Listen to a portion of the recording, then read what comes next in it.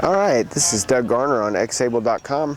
We're out here on the field venues at the 28th National Veterans Wheelchair Games, and we're checking out javelin, discus, and shot put. We got volunteers out here that have committed to protect us if the discus comes our way, and we're watching Andy Bernt from Tampa, Florida.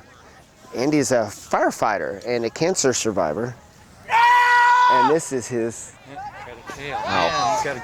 first Veterans Games.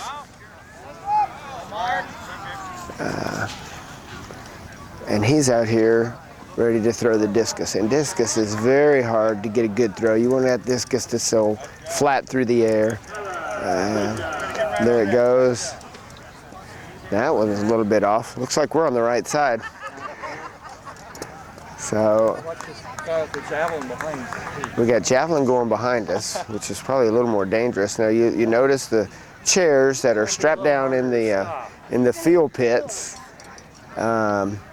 Each athlete brings their chair, or some of them, if they're just trying events, they'll find chairs and strap in real tight. Looks like Andy needs to have his chair turned a little bit. You got to have it turned at the right angle so you can get a good release. And judging from that last throw that went off course a little bit, I think he wants to get his chair turned a little bit so he can throw in the throwing vector here. So it's probably going to be a while before he goes. Look at Andy's arms. Andy's a softball player for the Tampa softball team also, so he'll be back here in Omaha in a couple weeks for softball nationals. And my guess would be he's the home run hitter on the team, because look at those arms. I bet Andy can knock that softball maybe back to Florida from here. So they're gonna turn his chair, get him set up. And we talked to Johnny Williams Jr., which is kind of interesting because Johnny was a pretty small guy and he's out here throwing against guys like Andy. So at that point it's all training and technique, and then chair set up and kind of knowing what you're doing. You can see all the volunteers that are out here helping. And that was Ray Brown right behind us getting a discus throw out here close to 20 meters. I mean a javelin throw out here close to 20 meters. So I think Ray's thrown that javelin a few times before. That was a heck of a throw. Then you'll notice we got all the volunteers out here marking the throws. Now they're strapping Andy in. He'll do, I think he's done his 2 warm-ups, so he's gonna be moving toward his three throws for distance here in this event. And generally after the 3 throws, the top athletes will then come back and do like a finals and get 3 more throws. So we got a great volunteer by us here who's going to take one for the team if a javelin comes this way, and we're going to be safe, so I'm not too worried about it. Yeah, he throws it pretty straight. Yeah, I'm not too worried about Ray throwing the javelin. And here we go. We got the officials out here, and these are usually U.S. track and field officials. And they know she's going to get her volunteers in place. And then we're going to have Andy's first throw for a score right here. And she's talking to him and trying to give him a few tips on how to get the discus to fly pretty level so it kind of cuts through the air and you can get the best distance possible for your throw. He's got his towel. The discus is generally 1 kilogram, so a little over 2 pounds. Fits in big old hands.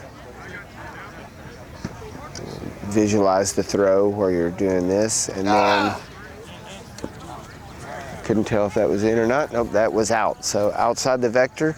They measure these vectors by U.S. track and field rules, and that was outside the vector, so he doesn't get a score on that one. But really all it takes is a good throw. I've seen athletes just get 1 throw in, and it was enough to win a medal because it was a good throw. So it doesn't really matter how many are out of bounds, as long as you get a good one inbounds. think we can get ready for another screen behind us here because Ray's getting ready to do his last javelin throw, so we'll try not to jump. There it goes. Nice throw. Oh, I think it was flat. So Ray only had one javelin throw stick back there, but it was pretty far out there. It'll take a while for the volunteers to track that one down. And we got other side of the volunteers here. We got Andy. There we go. Here we go. So, and this is his second throw for a score.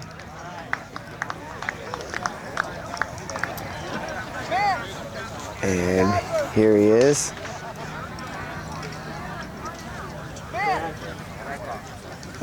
Had Andy a little bit worried about where the volunteers were standing, so it's very, very considerate of him to think about others when he's trying for a nice throw. That one was in. That one gets a mark.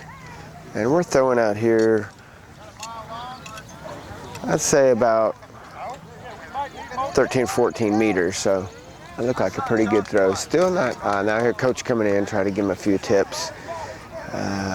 One of the things you want your seated athletes to do, if they can, the ones that have some quad leg function, is to be able to push off as much as they can, and really the good athletes and the good coaches will get as much full body involvement as the athlete has, depending on their disability. And if they can get some turn in their body, if they can use some of their abdomen, some of their stomach muscles to get a good throw, well then the good throwers will just use as much as they have to get a good throw in. And Andy's getting ready for his last throw. This one's for Tampa, so he's going to give it everything he's got here.